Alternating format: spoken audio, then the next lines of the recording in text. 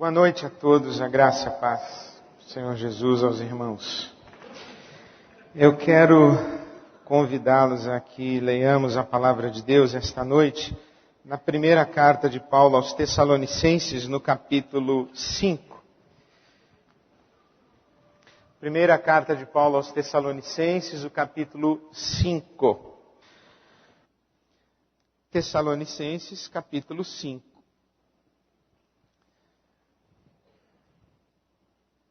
Diz assim a palavra de Deus, no versículo 18.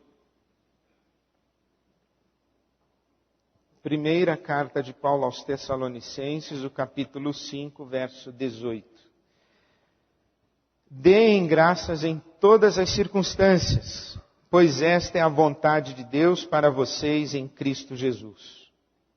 Em tudo dai graças, pois esta é a vontade de Deus para vocês em Cristo Jesus. Vamos orar? Deus nosso Pai bendito, nós te pedimos, na tua misericórdia, dá-nos a ouvirmos a tua voz, dá-nos que sejamos tocados pela tua boa mão e conduzidos à tua santa e bendita vontade.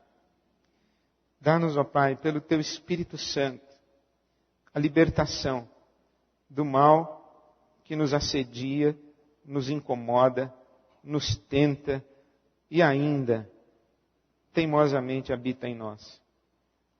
Liberta-nos, Senhor, para vivermos a tua vontade para a tua glória. Que a tua palavra nos dirija no teu santo e bendito caminho. É o que te pedimos em nome de Jesus. Amém. Começamos hoje pela manhã a estudar os chamados 7 pecados capitais.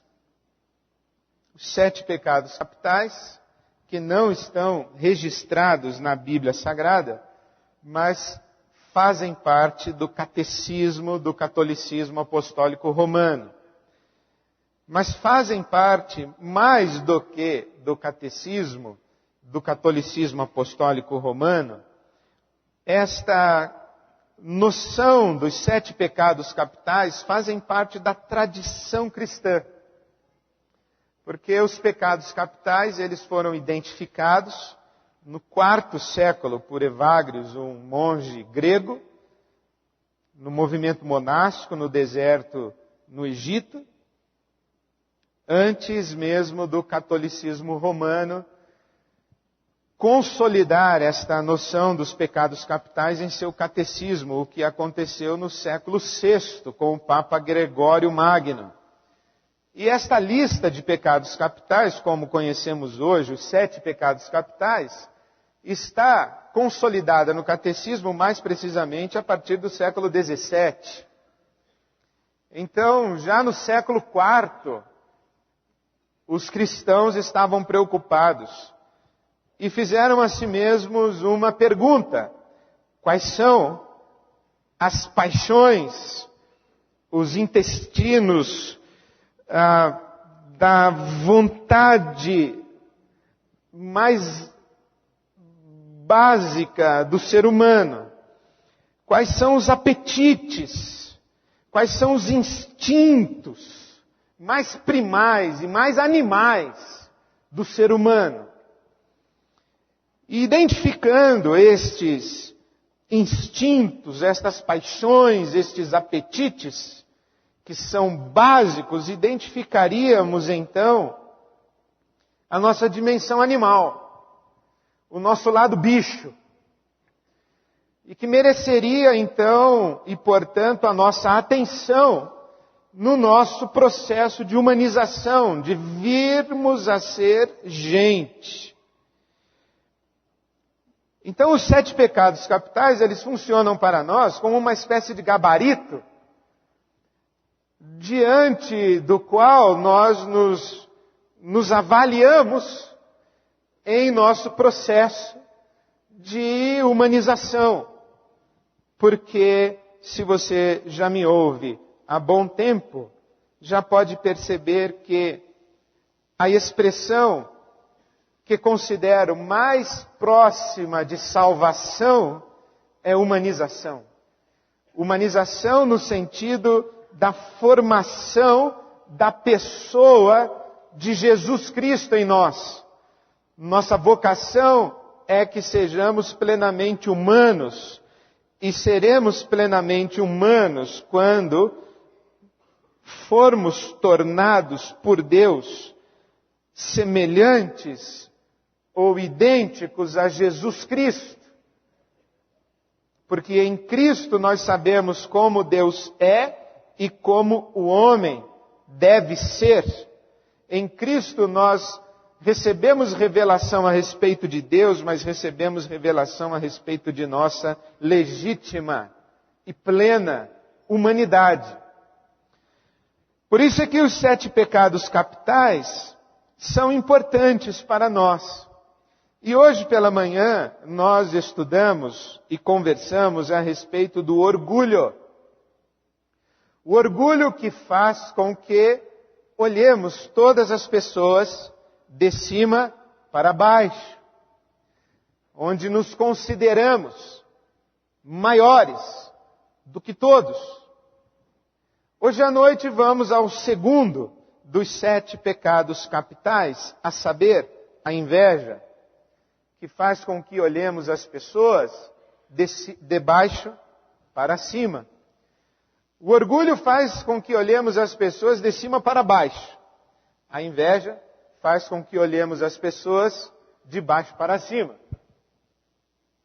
Olhamos aquelas pessoas que são o que gostaríamos de ser, que têm o que gostaríamos de ter, que conquistaram o que gostaríamos de conquistar, que têm a aparência que gostaríamos de aparentar, que aos nossos olhos são melhores do que nós, são mais bem-sucedidas do que nós, e que apontam para nós uma falta. Uma falta. E então desejamos não apenas ter o que estas pessoas têm, ser o que estas pessoas são, mas desejamos mais do que isso. Nós desejamos que elas não tenham o que têm e não sejam o que são.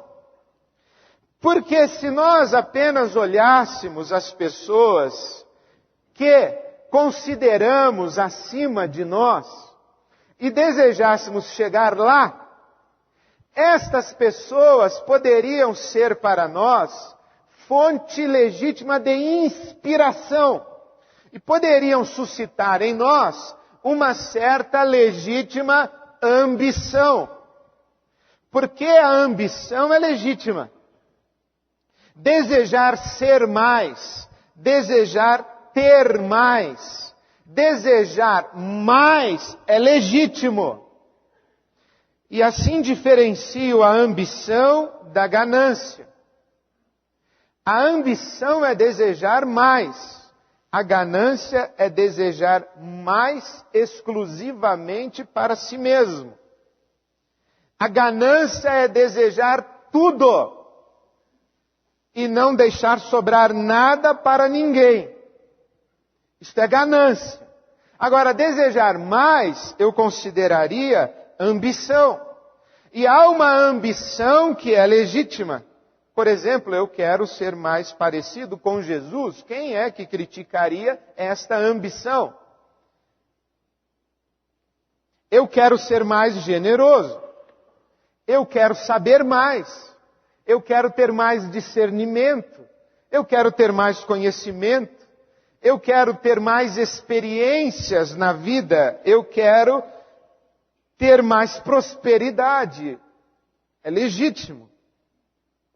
Então, quando olho alguém que alcançou, chegou, conquistou mais do que eu, e este alguém recebe a minha admiração, é por mim honrado e se estabelece para mim como uma fonte de inspiração que me estimula a crescer ser, então este alguém não é objeto da minha inveja. Este alguém é um modelo para a minha caminhada pessoal. A inveja, ela se instala quando eu vejo alguém que aos meus olhos está acima de mim, e eu pergunto, se ele tem, por que eu não posso ter? Se ele conquistou, por que eu não posso conquistar? Ou melhor, por que ela e não eu? E então, eu me esforço. Mas eu chego à conclusão que eu nunca serei o que ele é. Eu nunca terei o que ela tem. Eu sou eu, ele é ele. A minha medida é uma, a medida dele é outra. Mas como aquela medida é maior do que a minha medida, e eu quero muito aquela medida e não quero a minha medida, e olhar para aquela medida que considero maior do que a minha,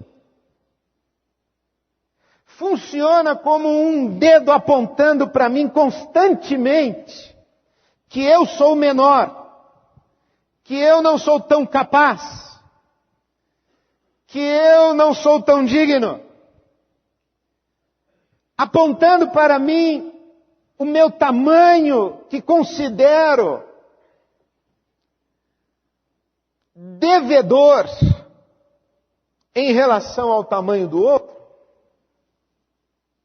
Conviver com esta diferença me oprime. Então eu tenho que dar um jeito de acabar com a diferença.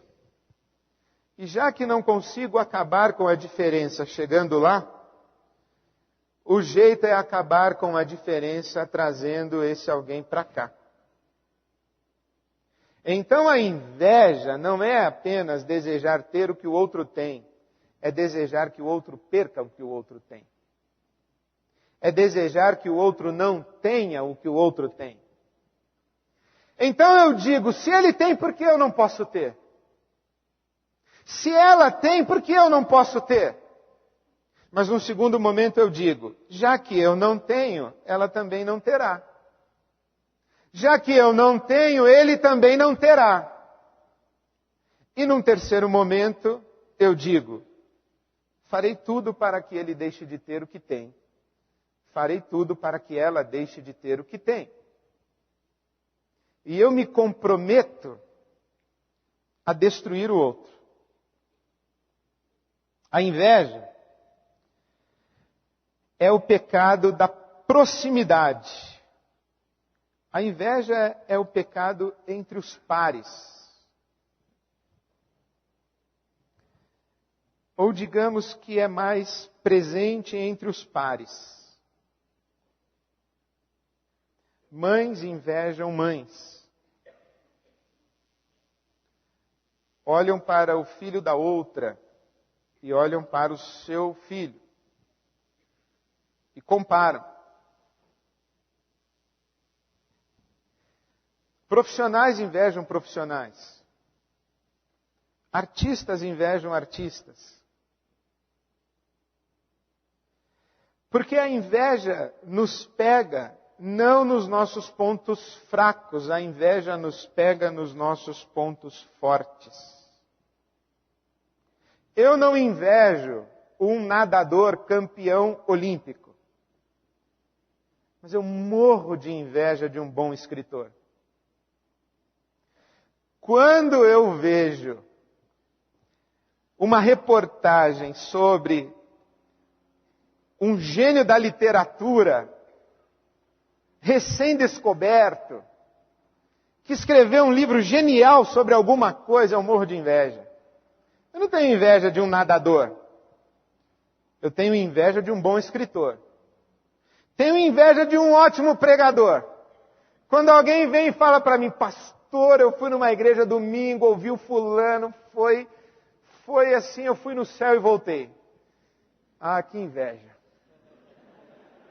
Se você fala para mim que foi lá, ouviu um coral e que durante o musical você foi ao céu e voltou, eu digo, glória a Deus. Mas se você diz que ouviu um pregador que levou você para o céu e você voltou, eu falo, miserável, quem é esse cara? Porque a inveja, ela é muito mais própria entre os pares. Duas mulheres na festa, né? A inveja, a gente tem daqueles que têm aquilo que em tese nós poderíamos ter. E a gente tem inveja daqueles que são aquilo que em tese nós poderíamos ser. E se está tão ao nosso alcance, ou esteve, e foi o outro que conseguiu e não fomos nós, aí bate lá no fundo do ego orgulhoso. E aí a gente tem a inveja. A inveja é própria da proximidade. Por isso que a Bíblia conta histórias de invejas. E você já ouviu a história de Caim e Abel. É uma história de inveja. Caim invejou o status de seu irmão Abel diante de Deus. Em vez de tomar Abel como inspiração para a sua caminhada com Deus, trouxe Abel para o seu nível e matou Abel. Os irmãos de José tiveram inveja de José. Veja que interessante. É um dos nossos. Por que que Deus escolheu justamente ele e não escolheu a mim? Nasci da mesma barriga. Fui criado na mesma casa. E esse sonho de que os irmãos servirão a um irmão foi um sonho que justamente ele teve. Por que não eu? Agora, a história de inveja que está na Bíblia, que é muito interessante, é a história de Saul e Davi. Diz a palavra de Deus no primeiro livro de Samuel, capítulo 18. Aqui, no capítulo 18, Davi já havia matado o gigante Golias, filisteu, e Saul já havia trazido Davi para o palácio, o rei Saul.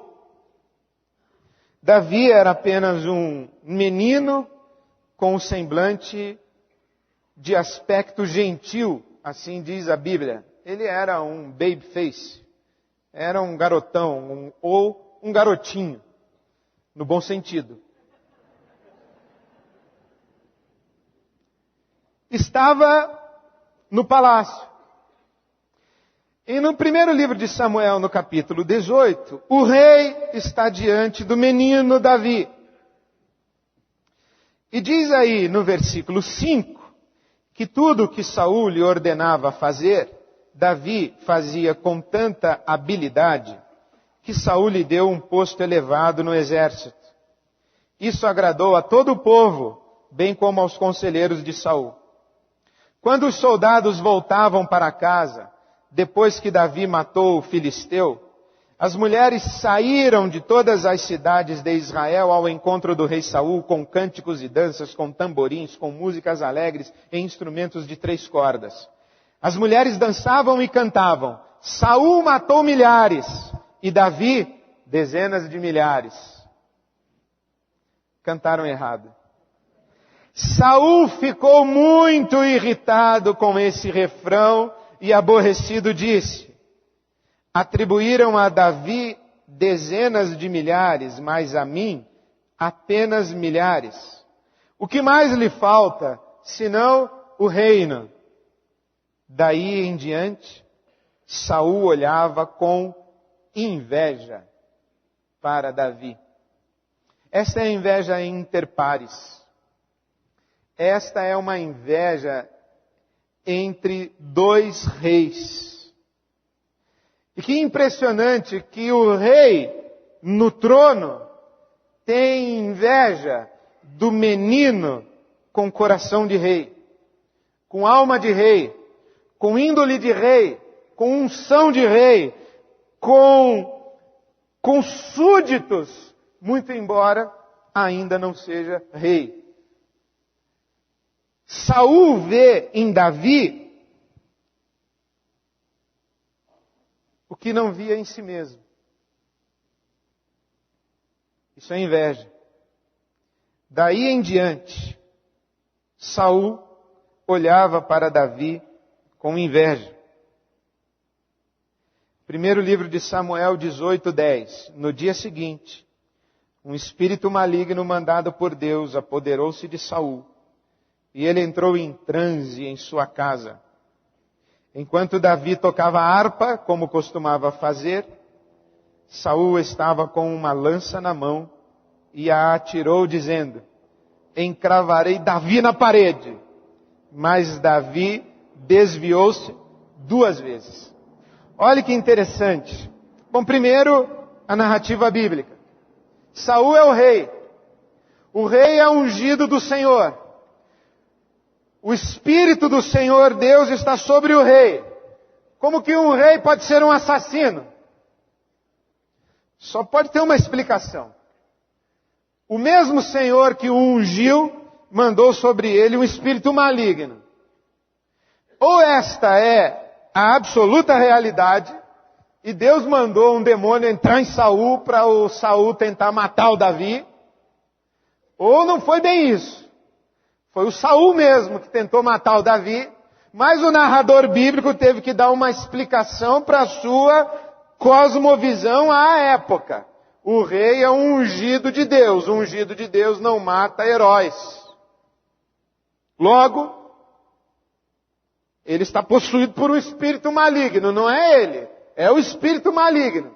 Mas como que o ungido de Deus vai ser possuído por um espírito maligno? Só tem uma explicação, foi Deus que mandou. Então confere com a lógica. Mas eu tenho lá minhas dúvidas. Mas vamos ficar com o que a Bíblia diz. E o que a Bíblia diz é que se no seu orgulho, na sua inveja, na sua carnalidade, na sua humanidade degenerada, ou na sua humanidade demonizada, o fato é que Saul mandou lança em cima de Davi. Por inveja. Porque a inveja faz isso, nos impele a destruir o outro. Já que a gente não pode chegar lá, a gente faz o outro chegar aqui. Porque a inveja é pecado. A inveja é pecado porque um ato moral é bom ou mal de acordo com o padrão. E o padrão é o amor. O amor é a nossa virtude, se podemos chamar o amor de uma virtude, que nos assemelha a Deus, pois Deus é amor. Desejar o mal do outro é um ato de desamor. Desejar o fracasso do outro é um ato de desamor. Desejar a desgraça do outro é um ato de desamor. E, portanto, a inveja nos desassemelha de Deus. Nos afasta do coração de Deus e nos afasta do outro que é invejado por nós. Santo Agostinho disse: quem tem inveja de quem canta bem, não ama ao que canta bem. Então, quando eu tenho inveja de um bom pregador, eu quero que ele... O que eu quero? Deixa eu pensar. Mas amor não é. Amor não é. Porque o amor não quer diminuir o outro. O amor quer fazer o outro florescer. O amor quer fazer o outro crescer. Quais são as consequências da inveja nas nossas vidas? Primeira, eu penso que a inveja nos faz viver sempre o lado errado da vida. Faz a gente ficar sofrendo uma falta em vez da gente se alegrar e ter prazer naquilo que a gente já possui. Então, eu tenho algo e em vez de desfrutar o que tenho, fico me consumindo, admirando no outro o que ele tem, eu não tenho. Eu vivo na falta e não no desfrutar e no prazer. Eu vivo do lado errado porque eu fico desejando ser a outra pessoa em detrimento de ser eu mesmo. É o lado errado da vida. Eu não sou eu mesmo, eu fico querendo ser o outro. É o lado errado da vida porque em vez de eu despender esforços na direção de crescer, eu despendo meus esforços na direção de destruir o outro. E eu nivelo todo mundo por baixo, em vez de me inspirar e ser fonte de inspiração para o crescimento de todos. Eu fico do lado errado da vida. Segundo, a inveja nos impede de apreciar o que é digno. O que é digno de ser apreciado. Quando isso que é digno de ser apreciado não é nosso, não está em nós, não foi feito por nós. Por isso é que tem aquele ditado que quem desdenha quer comprar. Então a gente põe logo um defeito. O quadro é lindo. Se eu não estou na mesma aula de pintura, ou não comecei no mesmo período, o quadro é lindo. Mas se eu comecei no mesmo dia, na mesma classe, com a mesma professora, na mesma aula, e eu olho para o meu quadro, eu olho para o seu, e a professora diz que o seu é lindo, eu digo, mais um pouco. E arrumo logo algum defeito para colocar no seu quadro. Dali a pouco eu perco a capacidade de enxergar o belo, o bom, o digno. Eu só enxergo o lado ruim das coisas e das pessoas. Porque eu sou incapaz de admirar. Eu vou me tornando aos poucos um especialista em depreciar. Terceiro, a inveja rouba o mistério da vida. Rouba o mistério da vida, porque a vida tem um mistério, minha gente. As pessoas são o que são, têm o que têm. Isso é um mistério. Elas têm porque Deus deu a elas. Elas têm porque o acaso deu a elas. Elas têm ou deixam de ter, sei lá por quê. É um mistério. Mas nós achamos que as pessoas são o que são e têm o que têm e existe uma explicação. E que se eu descobrir o segredo, eu vou conseguir ser igual ao outro, ter a mesma coisa que o outro. Por isso, é uma grande besteira esse negócio de você pegar um milionário e ensinar você como ficar rico. Não é possível isso. O sujeito que é milionário, ele é um bem-aventurado. E se ele acha que ele soube ficar milionário, e você não soube, ele é um estúpido. De vez em quando eu converso com gente bem-sucedida, financeiramente, e digo assim, por que você acha que você é rico? Pergunto mesmo, você acha que eu não pergunto? Eu pergunto. Por que você acha que você é rico? A resposta invariavelmente é assim, pastor, o senhor não me conheceu quando eu não era rico. Dei duro, pastor, trabalhei de sol a sol, batalhei muito. Esse pessoal aí não sabe de onde eu comecei. Como se essa fosse a explicação para a riqueza. Como se o Brasil não tivesse milhões de pessoas que dão duro de sol a sol. Batalham muito. Não são burras. São inteligentes, são dedicadas, são honestas, são íntegras. Talvez por isso não ficaram ricas. Mas batalharam mesmo. E nunca ficaram ricas e nunca ficarão. Porque ser rico ou não ser rico não é uma questão de ter descoberto um segredo, é um mistério. É um mistério. Por isso o rico sábio é aquele que diz o seguinte: no mistério da vida, eu fui contemplado com recursos e serei cobrado por Deus pelos recursos que estão em minhas mãos. No mistério da vida, neste hospital, eu tenho um esteto e tenho um avental branco. Eu não sou o paciente na maca. E eu serei cobrado por Deus. O que é que eu fiz? Estando eu com o jaleco branco e não na maca, no corredor. Serei cobrado. É um mistério. Mas nós queremos esvaziar o mistério da vida e descobrir o truque da vida. Não tem truque. É um mistério. A inveja rouba o mistério da vida.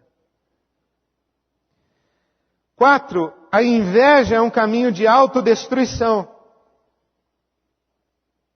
Porque eu prefiro sofrer do que ver você feliz. E mais, eu prefiro ver você sofrendo e fazer você sofrer do que ver você feliz. Você nunca ouviu uma pessoa que disse para outra assim: eu vou infernizar sua vida? Prefere. Prefere viver no inferno, arrastar o outro para o inferno, do que deixar o outro ser feliz. É a história daqueles dois homens, o invejoso e o ganancioso, que encontraram o rei. E o rei disse: faça-me um pedido, o que você me pedir eu vou dar em dobro para o outro. O invejoso falou: não vou pedir primeiro. Porque se eu pedir primeiro ele vai ter em dobro, eu vou ficar com inveja dele. E o ganancioso falou: não vou pedir primeiro. Porque se eu pedir primeiro, ele vai ter em dobro, e eu sou ganancioso, vou querer o dele. E ficou aquele jogo de empurra, quem pede primeiro para o rei? O ganancioso ou o invejoso? O invejoso falou: eu peço, eu quero que o senhor me fure um olho.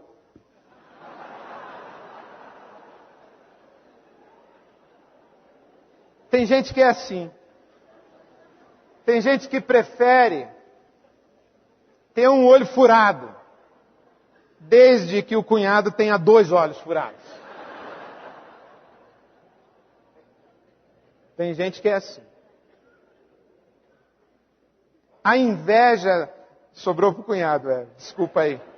Não para os meus cunhados, graças a Deus. A inveja é um caminho de autodestruição, porque a inveja nivela todo mundo pelo negativo. O invejoso quer que todo mundo tenha menos, porque ele não admite conviver com quem tem mais. 5, a inveja nos leva a confundir o que é sucesso. Especialmente em nossa sociedade que estampa e joga na nossa cara um ideal de sucesso, nessa indústria que fomenta o consumo. O sucesso é medido pela média da sociedade que consome. O que nós não nos damos conta é que essa sociedade de consumo, que estampa em suas revistas e suas propagandas imagens de sucesso, é uma sociedade diabólica que definiu sucesso de uma maneira diabólica, falsa, ilusória. E a gente se encanta com esse aparente sucesso. E já não consegue mais saber o que é de fato ser um sucesso. E quando a gente confunde, acontece com a gente o que aconteceu com Asaf. E ele relatou no Salmo 73. Verdadeiramente bom é Deus para com Israel, para com os limpos de coração. Quanto a mim, os meus pés quase que se desviaram. Pouco faltou para que escorregassem os meus passos. Pois eu tinha inveja dos estúpidos, quando via a prosperidade dos ímpios. Porque não há apertos na sua morte, mas firme está a sua força. Não se acham em trabalhos como outros homens, nem são afligidos como outros homens. Por isso a soberba os cerca como um colar. Vestem-se de violência como de adorno. Os olhos deles estão inchados de gordura. Eles têm mais do que o coração podia desejar. São corrompidos e tratam maliciosamente de opressão. Falam arrogantemente. Põem as suas bocas contra os céus e as suas línguas andam pela terra. Por isso o povo dele volta aqui e águas de copo cheio se lhes espremem. E eles dizem, como sabe Deus? Há conhecimento no Altíssimo? Eis que estes são ímpios e prosperam no mundo, aumentam em riquezas. Na verdade que em vão tenho purificado o meu coração e lavei as minhas mãos, mas fui ingênuo. Pois todo o dia tenho sido afligido e castigado cada manhã. Se eu dissesse, falarei assim, eis que ofenderia a geração de teus filhos, ó Deus.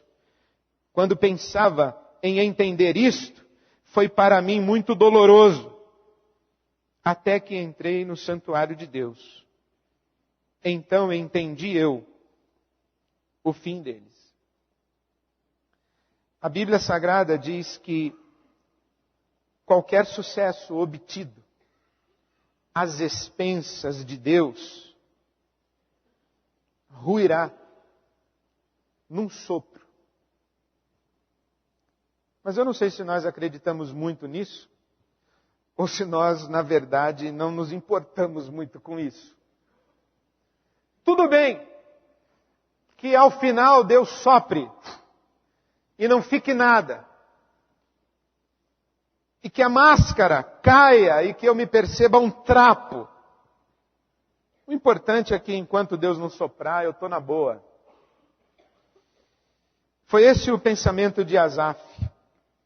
No Salmo 73, eu tive inveja dos ímpios, porque aparentemente eu me esforçava tanto para ser justo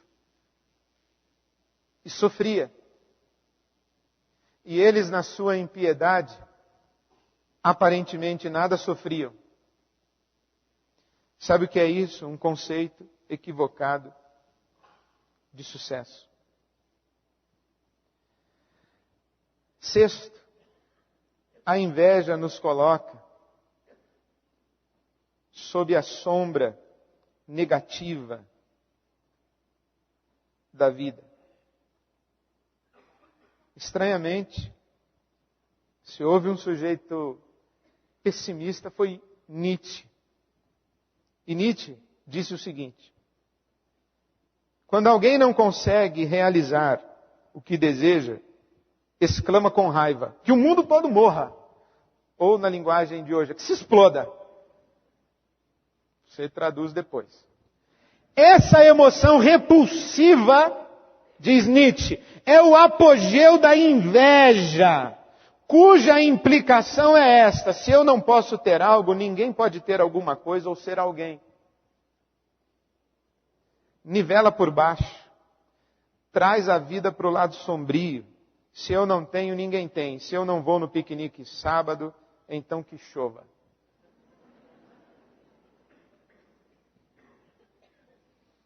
Mas você sabe que a inveja é um pecado capital porque é mãe de outros pecados. E quais são esses outros pecados? São muitos, eu listei apenas 4. Primeiro, ódio. Ódio. Ódio. Eu passo a odiar o outro. Desejar que ele não exista. Porque ódio é isso, é desejar que o outro não exista. Segundo pecado, assassinato, homicídio. Eu mato o outro. Se eu não mato mesmo, que nem o Caim matou o Abel, ou se eu não tento matar mesmo, que nem o Saul tentou matar o Davi, ou como os irmãos tentaram matar José, né? Eu mato com as minhas palavras. Eu mato caluniando, eu mato difamando, eu mato desmerecendo, eu mato diminuindo, eu mato depreciando. Eu mato com a boca. A minha língua é a lança nas mãos de Saul. Terceiro pecado. Eu não consegui achar um nome para ele. Então eu dei o nome de transgressões. Porque é um conjuntinho assim de vários. O invejoso, ele acaba achando que os fins justificam os meios. E ele quer tanto chegar lá, que ele se mete em muitas encrencas para chegar lá. E ele acaba, inclusive, trilhando o caminho ilícito para chegar lá. E não só um caminho, mas vários, porque um abismo chama outro abismo. Eu quero tanto ser um sucesso, igual aquele camarada é um sucesso, que eu atropelo tudo que estiver no meio do caminho para chegar lá. E por último, eu diria que um filho da inveja, e faz da inveja um pecado capital, é aquela alegria sutil na desgraça alheia. Fulano bateu com um carro. Ah, que pena. Novinho. Comprou essa semana. Riscaram com prego o carro do fulano. Poxa, que maldade. É, aquela alegriazinha. Aquela alegriazinha que o pastor sente quando sabe que a igreja vizinha não vai bem. Aquela alegria assim que o pastor sente quando aquele pregador de quem ele tem inveja adultera. Ah, sabia. Alguma coisa tinha, não podia ser tão bom.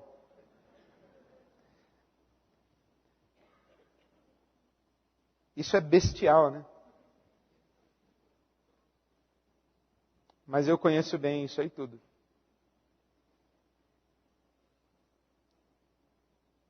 Eu já disse uma vez e digo 2, 3. Sêneca, sou humano. E nada do que é humano me é estranho. Esses aqui são pecados capitais, porque eles nos habitam. Eles nos assediam e nos assolam. A inveja é um deles. E qual é a nossa resposta cristã à inveja? A minha conclusão pessoal e particular é que o antídoto contra a inveja é a gratidão. Em tudo dai graças, pois esta é a vontade de Deus para com vocês em Cristo Jesus. Deem graças em todas as circunstâncias, por todas as coisas. Em tudo dai graças.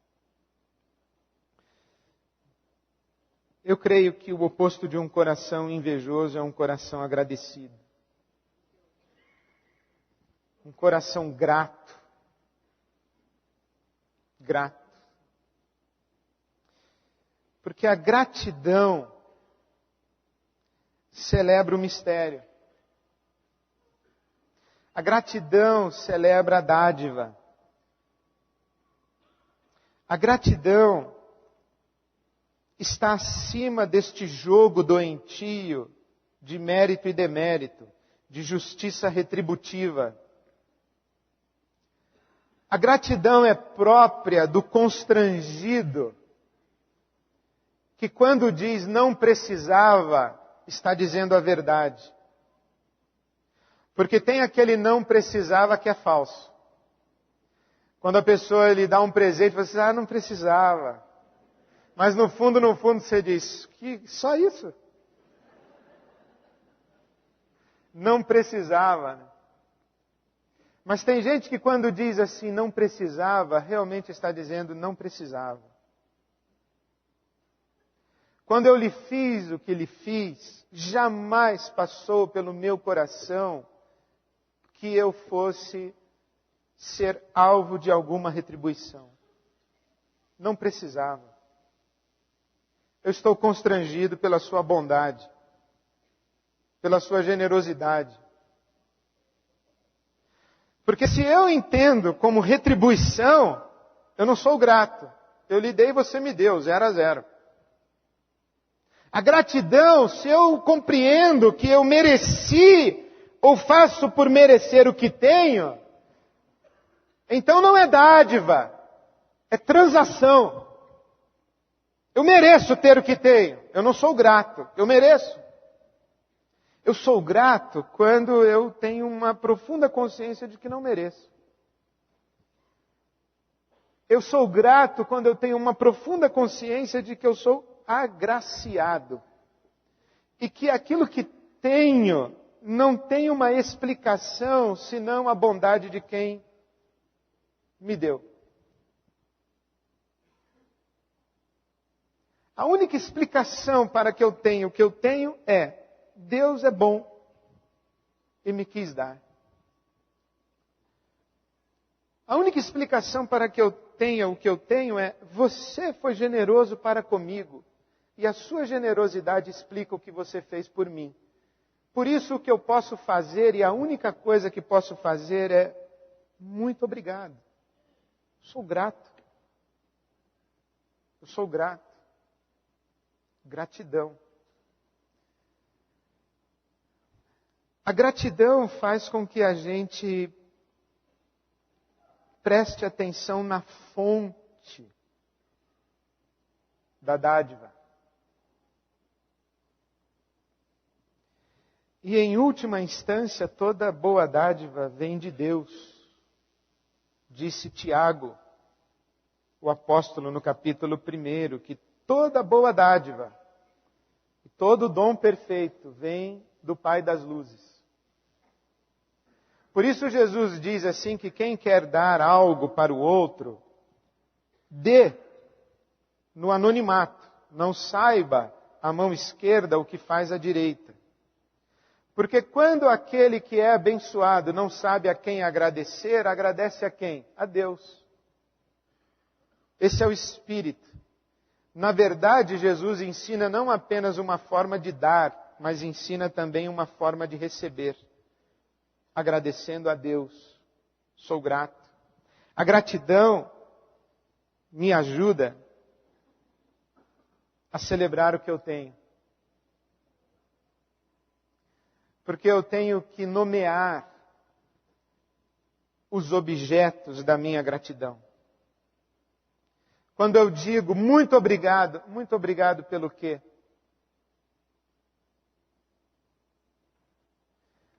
A vida não merece generalizações.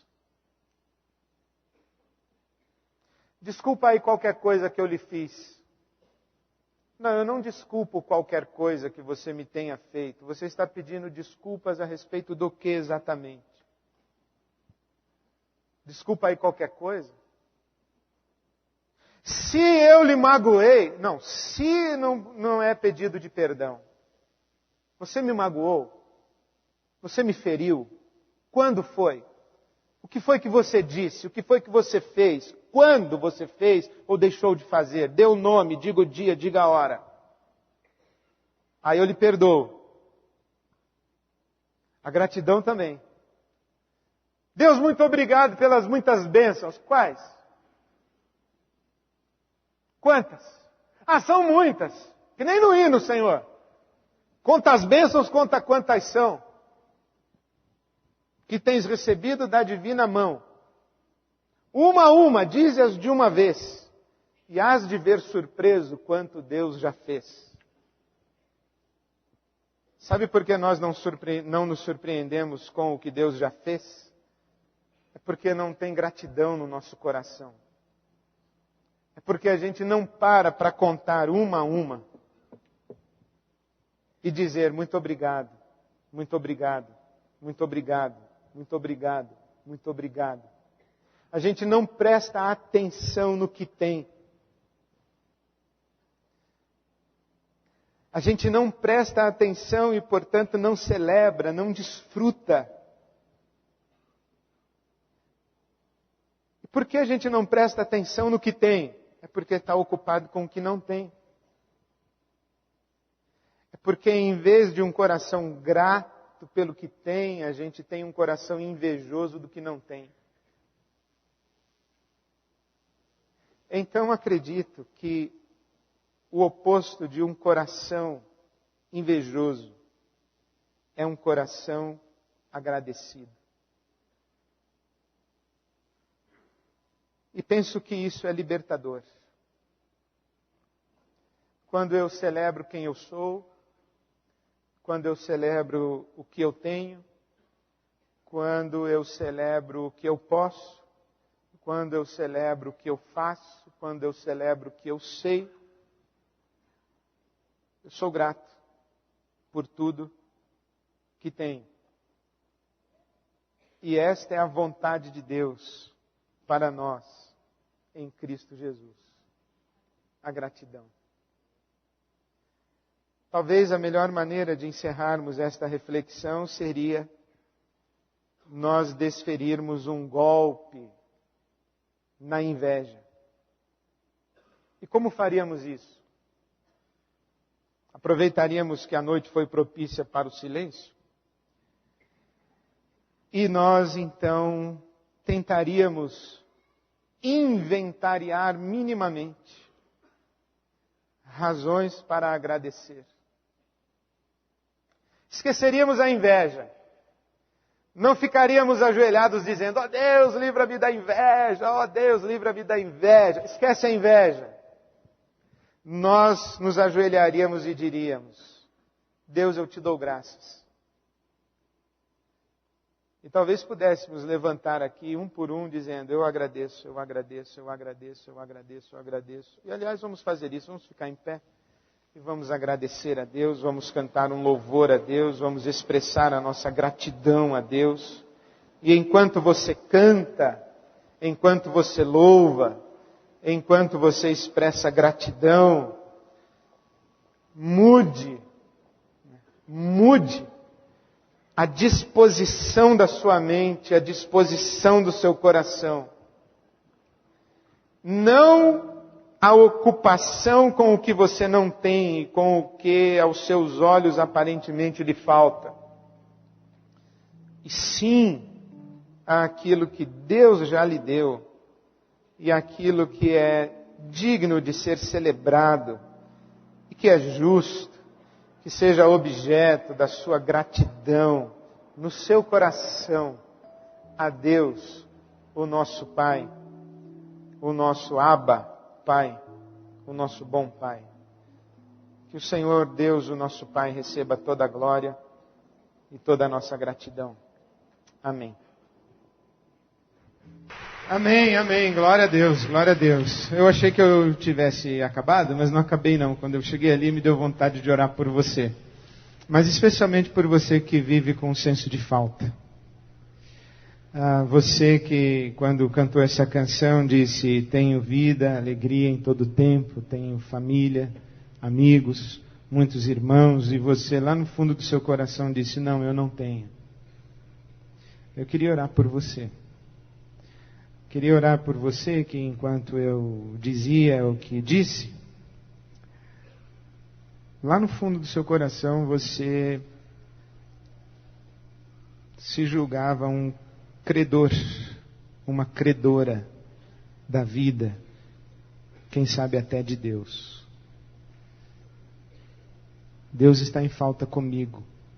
Eu não tenho razões para agradecer. Eu queria orar por você. Se você quiser sair do seu lugar e vir aqui à frente, eu quero orar por você. Deus, nosso Pai bendito, nós nos rendemos a Ti em ações de graças por tanto, tanto que temos recebido e que é tão mais abundante do que aquilo que porventura nos tenha sido tirado, o que nos falte. Nós Te agradecemos pela Tua bondade, pelo Teu amor, pela Tua generosidade.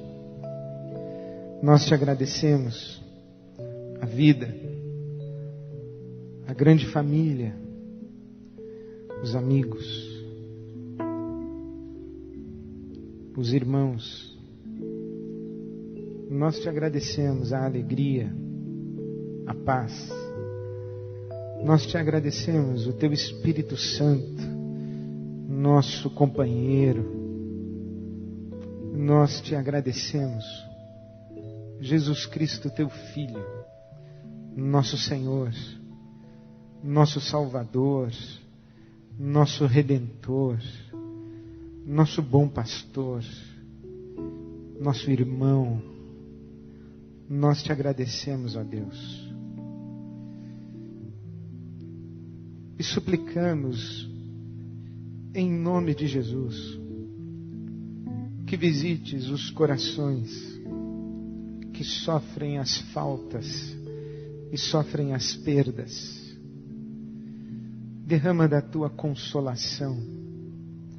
Promove, Senhor, transformação na mente, na consciência.